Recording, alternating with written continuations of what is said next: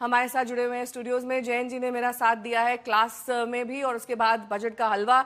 लेकिन क्या जिस युवा शक्ति का जैन जी यहाँ पर जिक्र प्रधानमंत्री द्वारा किया गया, उसका रोड मैप तैयार होता दिखता है? और क्या है ये युवा शक्ति, किस तरीके से युवाओं को प्रोत्साहन मिलेगा आज का बजट देखकर? बहुत बहुत धन्यवाद नेहा जी, झारखंडी जोहार आपको।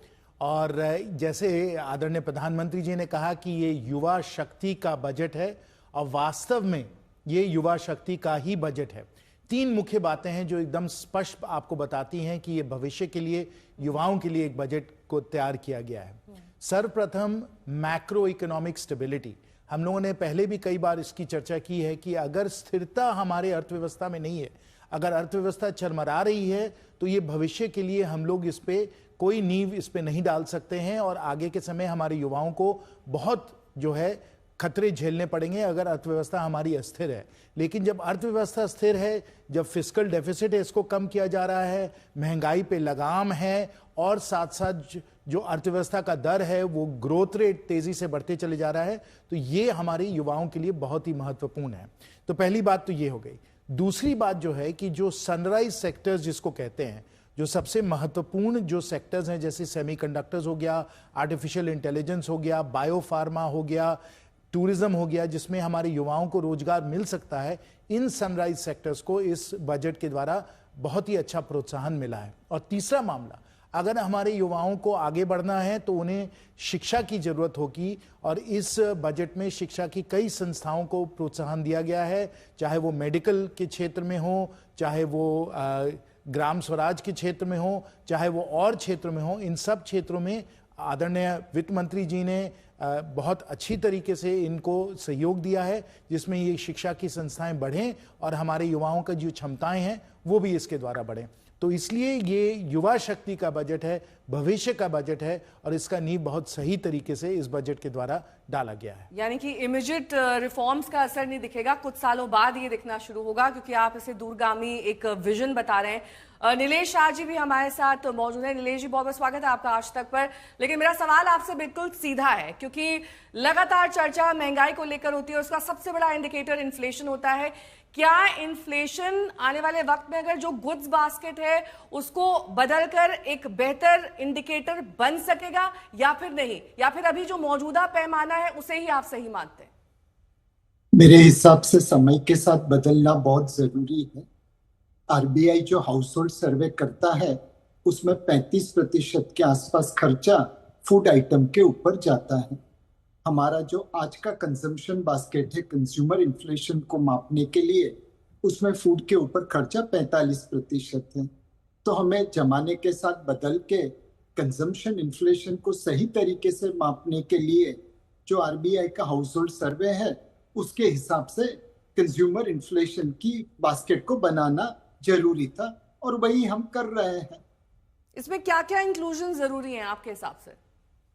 जो नया बास्केट बना है उसमें फूड की आइटम थोड़ी कम हुई है, हाउसिंग की बढ़ी है, एजुकेशन और फ्यूल की बढ़ी है। तो मेरे हिसाब से भारत के हाउस होल्ड जिस तरह अपना बजट बनाते हैं, खर्चा करते हैं, बिल्कुल उसकी रेप्लिकेशन कंज्यूमर इन्फ्लेशन बास्केट में की गई है।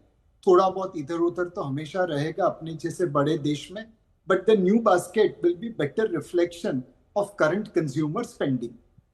ठीक है जैन जी, अब डिफेंस बजट एलोकेशन की बात कर लेते हैं, क्योंकि इस पर लगातार चर्चा की जा रही थी और खासतौर पर ऑपरेशन सिंदूर के बाद ये कहा जा रहा था कि और अत्याधुनिक हमें सारे इक्विपमेंट्स लाने चाहिए, विमान लाने चाहिए, जो डिफेंस इक्विपमेंट्स हैं उनको चीन के मुकाबले रखना चाहिए। तो क्या ये 5,94,585 करोड़ रुपए ये काफी होगा, या फिर अभी भी हम चीन की ओर उम्मीद भरी नजर से देखेंगे कि हाँ भाई हम नंबर 2 है और वो गैप जो है वो अभी भी पट नहीं पाया? रक्षा क्षेत्र में 5 लाख करोड़ से लेकर अब हम लोग 6 लाख करोड़ का आवंटन हम लोगों ने किया है और इसके द्वारा जो हम लोगों को ऑपरेशन सिंदूर के बाद अपने रक्षा क्षेत्र को और सशक्त बनाना था, इसको हम लोग कर रहे हैं। इसमें नए नए हथियार जो है हम लोग लेंगे, इसमें नए नए हम लोग अपने घरेलू प्रोडक्शन को प्रोत्साहन देंगे और इसके साथ खासकर जो हमारे एमएसएमईज हैं जो रक्षा क्षेत्र में जुड़ रहे हैं उनको भी हम लोग प्रोत्साहन देने वाले हैं। तो ना सिर्फ इससे हम लोगों की सुरक्षा बढ़ेगी, नेशनल सिक्योरिटी जो है वो और सशक्त बनेगा, लेकिन साथ साथ हमारी अर्थव्यवस्था को भी इसमें बहुत अच्छा एक प्रोत्साहन मिलेगा, क्योंकि ये काफ़ी आज के समय घरेलू उत्पादन के द्वारा ही हम लोग रक्षा क्षेत्र में नए नए हथियार दे रहे हैं। और इसमें एक और बात मैं जोड़ना चाहूँगा नेहा जी, कि हम लोगों ने, आपको मालूम ही है कि यूरोपियन यूनियन के साथ बहुत बड़ा हम लोगों ने व्यापार का एक समझौता किया है, फ्री ट्रेड एग्रीमेंट किया है। बहुत सारे जो हमारे हथियार हैं वो यूरोपियन यूनियन से आ रहे हैं। उसका एक अच्छा उदाहरण राफेल है।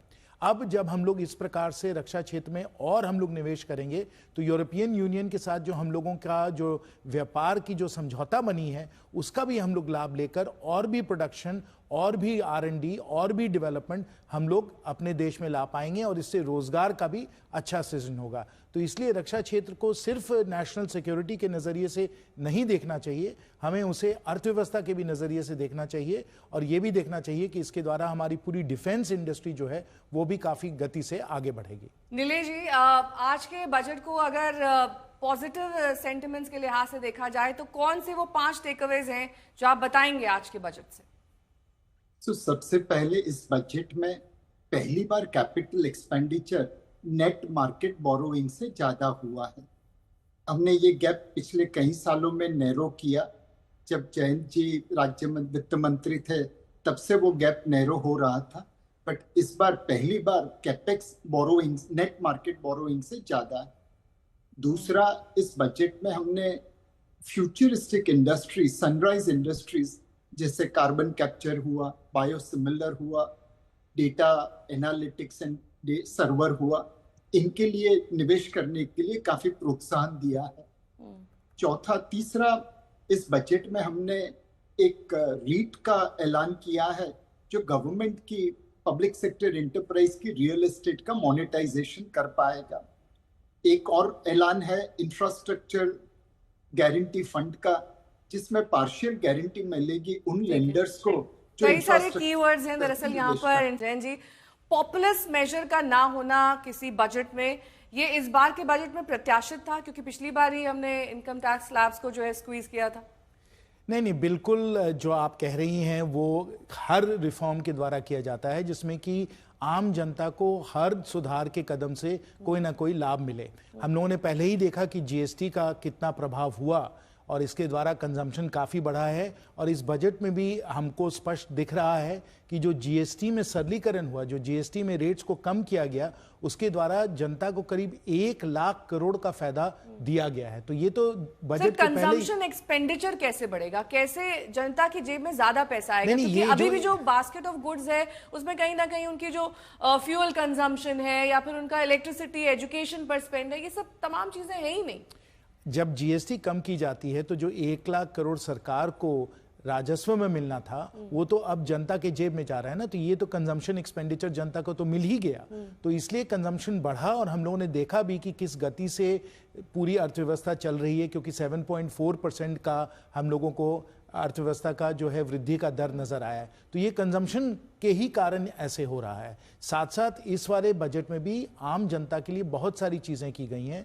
जैसे एक तो कहा गया है कि इंफ्रास्ट्रक्चर पे 12.2 लाख करोड़ खर्चा किया जाएगा। ये इंफ्रास्ट्रक्चर का जो लाभ होगा ये तो आम जनता को ही मिलेगा। सड़कें ज़्यादा अच्छी होंगी, आप ट्रैफिक में कम बैठिएगा, आपको अच्छे सेतु मिलेंगे, आपको अच्छे एयरपोर्ट्स मिलेंगे। ये सब जो चीज़ें हैं ये आम जनता इससे बहुत उसको फ़ायदा मिलने ही वाला है। साथ साथ आदरणीय वित्त मंत्री जी ने यह भी बताया है कि रोजगार के लिए बहुत कुछ हम लोग ठोस कदम ले रहे हैं। चाहे अभी हरदीप पुरी जी ने कहा कि 10,000 करोड़ हम लोग SME का एक फंड बना रहे हैं। जब SME का 10,000 करोड़ का फंड होगा वो निवेश कर पाएंगे, रोजगार का सृजन होगा और इससे भी आम जनता को फायदा होगा।